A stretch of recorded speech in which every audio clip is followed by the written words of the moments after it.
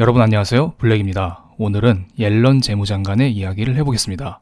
간밤에 옐런 재무장관께서 금리 인상 이야기를 했어요. 저는 꽤 충격적이었는데요. 왜냐면은 이분은 늘 완화적인 통화 정책을 이야기하고 지금 돈 풀고 있다, 더 풀어야 된다, 지금도 부족하다, 아직도 목마르다, 늘 이런 이야기만 했었던 분이었기 때문입니다. 그런데 이분이 갑자기 금리 인상 이야기를 했어요. 관련 기사를 하나 보면서 이야기를 해보겠습니다. 좀 글씨를 키워볼게요. 옐런 재무장관이 글로벌 금융시장 전반을 흔들어 놓았다. 그는 이날 더 애틀랜틱과 인터뷰에서 경제가 과열되지 않도록 하기 위해서 금리가 다소 인상되어야 할지도 모른다 라고 말했습니다. 이거 언제 이야기했냐면 월가가 취약한 점심시간에 이야기했습니다. 우리도 점심시간에 조금 취약하죠. 왜냐하면 다들 밥 먹고 커피 마시고 좀 쉬잖아요. 그런데 딱 점심 지나고 계좌를 딱 열어보면은 주가 떨어져 있고 내 주식 반토막 나 있고, 물론 반토막까진 아니겠죠? 어쨌든 이렇게 취약한 시간에 옐런 재무장관, 우리 옐런 누님께서 금리 인상을 조금 할 수도 있다, 이런 이야기를 했습니다. 도대체 왜 금리 인상을 하는지 이야기를 들어보겠습니다. 지금 바이든 정부 들어서 4조 달러 규모의 재정 정책을 뿌리고 있습니다. 그래서 이러한 재정 정책으로 인해서 경제가 과열되면은 이것을 조금 가라앉히기 위해서 금리를 올릴 수 있다. 추가적인 지출이 경제 규모와 비교해 상대적으로 작을지 모르겠지만 이는 약간의 매우 완만한 금리 인상을 야기할 수 있다, 이렇게 덧붙였습니다. 그리고 한국 시각으로 화요일 밤, 수요일 새벽은 옐런 재무장관뿐만 아니라 여러 연준 위원들의 발언이 있었죠. 여기에 로버트 캐플란 델런스 연은 총재, 이분 아시죠? 이분이 지난주에 테이퍼링 할 수도 있다, 테이퍼링 해야 된다, 이런 이야기를 하면서 증시의 혼란을 야기시켰던 분입니다. 그런데 델런스 연은 총재는 올해 연준 발언권이 없습니다. 크게 영향을 미치는 위원이 아니에요. 그럼에도 불구하고 어쨌든 연은 총재 입에서 테이퍼링 이야기가 나왔다는 거 하나만으로 시장에 큰 충격을 주고 있습니다. 그런데 이분이 또 화요일 밤, 수요일 새벽에 또 이런 이야기를 했습니다. 마켓워치와 인터뷰에서 매입을 조정하는 방법, 즉 양적 완화 규모를 축소시키는 방법에 대해서 적어도 논의를 시작하는 게 합리적이라고 생각한다. 즉 나는 테이퍼링 해야 된다고 생각한다. 이런 이야기를 지속적으로 밀고 있습니다. 어쨌든 화요일 밤, 수요일 새벽 미국 증시는 옐런 재무장관과 카플란 델런스 연은 총재의 원투 펀치 때문에 위험 자산인 미국 증시가 꽤 많이 빠졌습니다. 한때 2% 이상 하락하는 등 전형적인 리스크오프 장세로 진입했다고 합니다. 차트를 잠깐 보겠습니다. 나스닥 지수 분봉 차트입니다. 어제 하루만 확대해 볼게요. 어제 캐플란 연은 총재, 옐런 재무장관 원투 펀치 때문에 나스닥 지수가 쭉 빠졌습니다. 나스닥은 기본적으로 기술주, 성장주가 많이 있죠. 그래서 과거에 저금리에 기반해서 꾸준히 상승을 해왔는데요. 이렇게 금리가 올라가면 나스닥 성장주들은 다 쥐약입니다. 그래서 장중에 쭉 이렇게 빠졌고요. 하지만 장 막판에 어느 정도 회복하는 모습을 보이고 있습니다. 사람들이 생각하기에 낙폭이 너무 과했다, 이러한 느낌을 받은 걸로 보입니다. 어쨌든 어제 나스닥 지수는 일본 기준으로 보면은 1.88% 상승했고요. 지금 60일선에 딱 걸쳐 있긴 합니다. 하지만 여전히 약간은 위태위태한 모습이죠. 우리 지난주에 파월 연준 의장이 거품이란 말 쓴 거 기억하시죠? 지난주 연준회의 때 파월 연준 의장은 지금 투자 자산이 거품이다, 이런 이야기를 했습니다. 그때 이후로 주가가 꾸준히 빠지고 있고 여기에 델런스 연은 총재의 테이퍼링 발언, 옐런 누님의 금리 인상 발언까지 모두 증시 악재로 작용하고 있습니다. 그런데 옐런 누님 참 이상하죠. 왜냐하면 이분은 며칠 전까지만 해도 인플레이션 따윈 없다, 일시적인 인플레이션이다, 돈을 계속 풀어야 한다, 이런 주장만 해왔었는데요.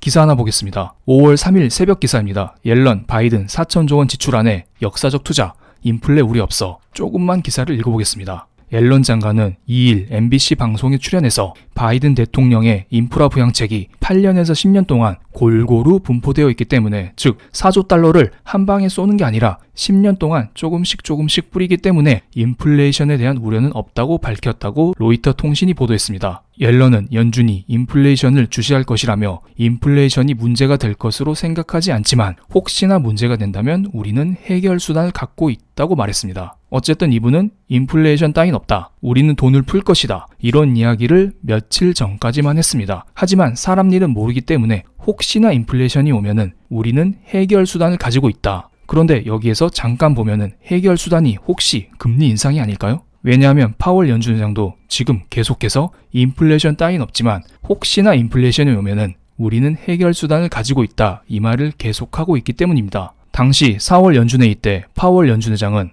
인플레이션에 대해서는 일시적이라는 주장을 재차 강조했습니다. 그리고 혹시나 인플레이션이 지속해서 2%를 상회해서 움직이면은 인플레이션 기대를 낮추기 위해 도구를 쓸 것이라고 강조를 했죠. 옐런 누님과 비슷한 말을 계속하고 있습니다. 어쨌든 파월 형님 그리고 옐런 누님 두 분 모두 지속적인 돈 풀기를 강조하고 있지만 무언가 도구를 쓴다, 금리 인상을 조금씩 내비치고 있는 것은 사실입니다. 그리고 옐런의 발언이 있었던 그날 달러와 미국 10년물 국채금리를 보겠습니다. 이게 매우 중요하다고 봅니다. 옐런 재무장관이 이렇게 금리 인상할 수도 있다 말을 했지만 만약에 달러와 국채금리가 그렇게 반응을 하지 않았다면 사람들은 이것을 큰 악재로 인식하지 않았다. 이렇게 우리는 생각할 수 있기 때문입니다. 10년물 국채금리와 2년물 국채금리를 한꺼번에 그려볼게요. 10년물 국채금리는 갈색, 2년물 국채금리는 파란색으로 표시했습니다. 어제 10년물 국채금리는 오히려 하락했고 2년물 국채금리는 상승하긴 했지만 아주 소폭 상승하는 모습을 보여줬습니다. 만약에 사람들이 이것을 금리 인상의 신호탄이다 이렇게 생각을 했었다면 2년물, 10년물 국채금리 모두 급등했을 거라 봅니다. 당연히 2년물 국채금리는 지금 0.16% 이 정도인데 0.2% 여기까지 올라갔었어야만 했었고 발음이 잘 안 되네요.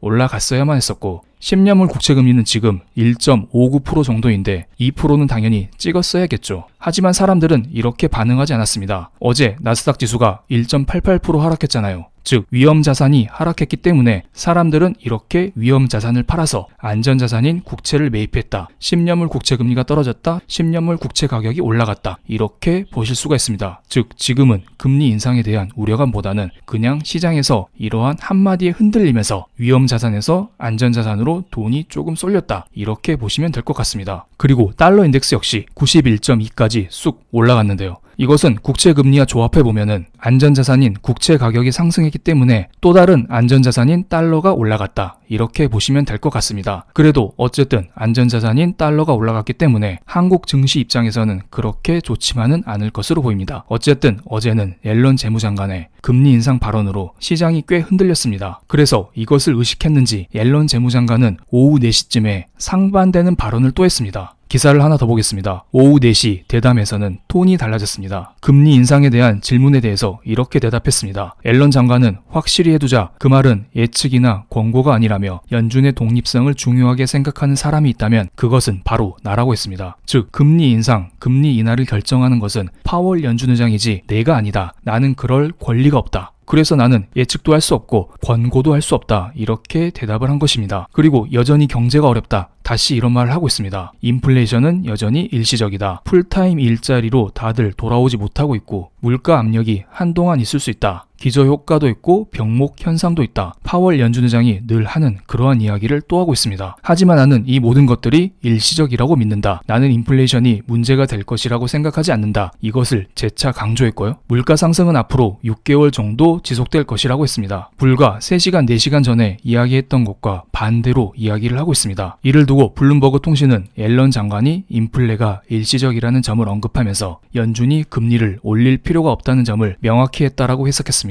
옐런 재무장관도 오락가락하고 있네요. 제가 볼 때는 점심시간에 금리 인상 발언은 약간 의도적으로 한 게 아닐까요? 말 실수가 아닐 거라 봅니다. 실제로 금리 인상을 의도해서 한 발언이라기보다는 지금 달러의 가치가 계속 떨어지고 있기 때문에 이것을 어느 정도 붙잡아 두기 위해서 금리 인상의 발언을 살짝 던진 것으로 보입니다. 하지만 어쨌든 저는 이번 발언을 통해서 연준이 인플레이션을 제어할 수 있는 도구가 바로 금리 인상, 그것이라는 것을 하나 간파했습니다. 혹시나 앞으로 경제 지표가 좋아진다면 금리 인상까진 아니겠지만 테이퍼링은 언제든지 나올 수 있다는 점은 우리는 명심해야 될 것으로 보입니다. 물론 이것을 위해서 파월 연준 의장은 미리미리 우리에게 경고를 주겠죠. 그럼 오늘 영상 여기에서 마치겠습니다. 감사합니다.